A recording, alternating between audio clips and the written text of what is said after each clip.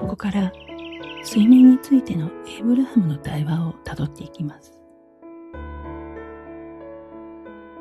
今日お話しするいくつかの視点はこちらです。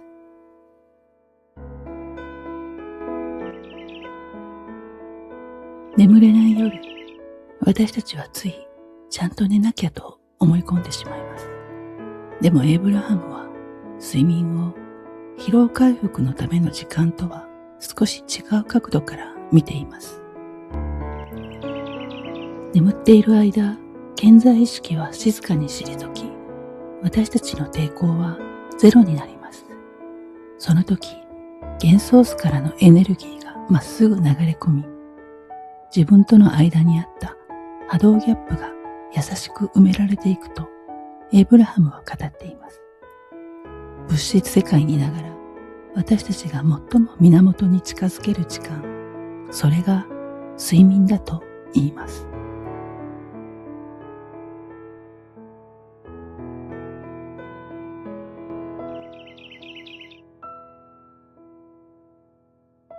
眠れない夜に苦しくなるのは、眠れないことそのものではなく、眠れないと困るという思考が生む抵抗です。ここで言う抵抗とは、こうでなければ困るという心の緊張のことです。エイブラハムは、体は座っているだけでも休めていると語ります。だから寝床に着いたら、今夜もし眠れなくても、起きている時に体を休めているから大丈夫と、そっと心の中で伝えてみます。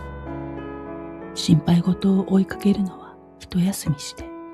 今日あった小さな良いことを思い返したり、ほっとするものに意識を向けていきます。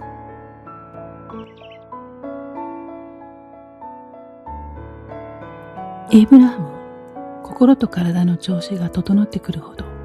長く眠らなくても十分に休めたと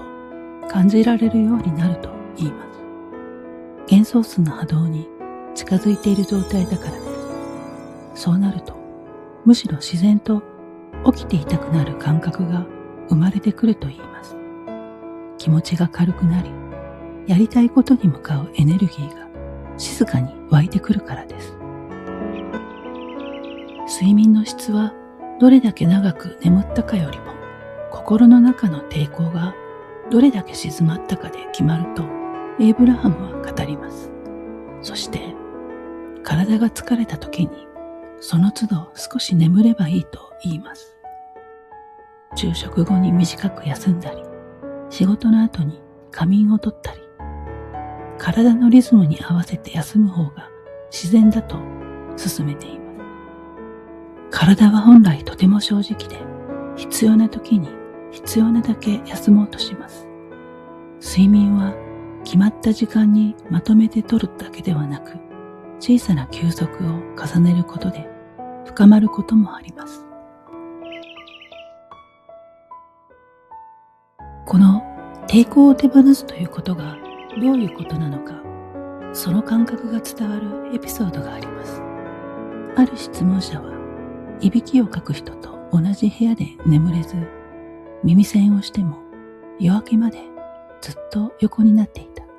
それなのに、朝になって体を起こした瞬間、完全に再充電されたようで、まるでぐっすり眠った朝のように、体が軽く、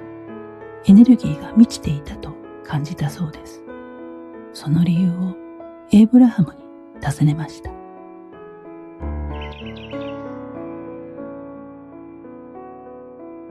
エイブラハムはこう説明しました。眠れなくても体は休んでいた。そしてその人は、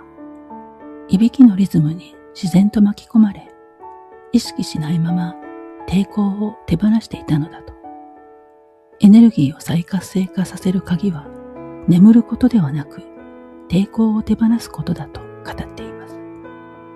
そしてエイブラハムは、いびきが実は本当の波動的なご褒美だと説明しています。それは、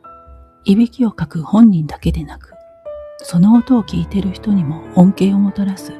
ポジティブな振動だというのです。いびきはライオンや猫が喉を鳴らすゴロゴロ音に似てるとエイブラハムは語ります。猫のゴロゴロ音はリラックスや安心、自己治癒、満足感、そんな穏やかな振動と結びついていると言われています。いびきもまたそのような癒しの波動を放っているのだとエイブラハムは伝えています。もしその音をすぐに騒音と決めつけず、ほんの少しだけ優しく中立に受け止めることができたなら、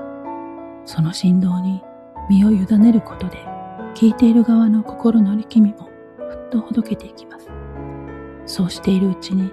内側の流れは自然なリズムへと静かに戻っていきます。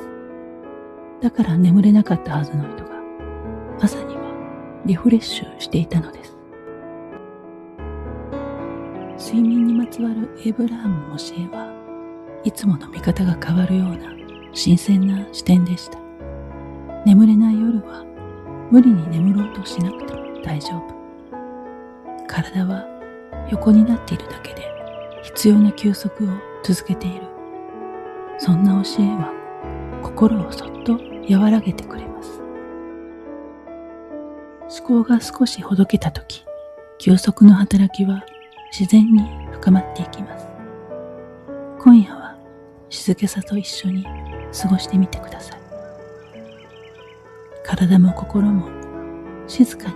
整っていきますように。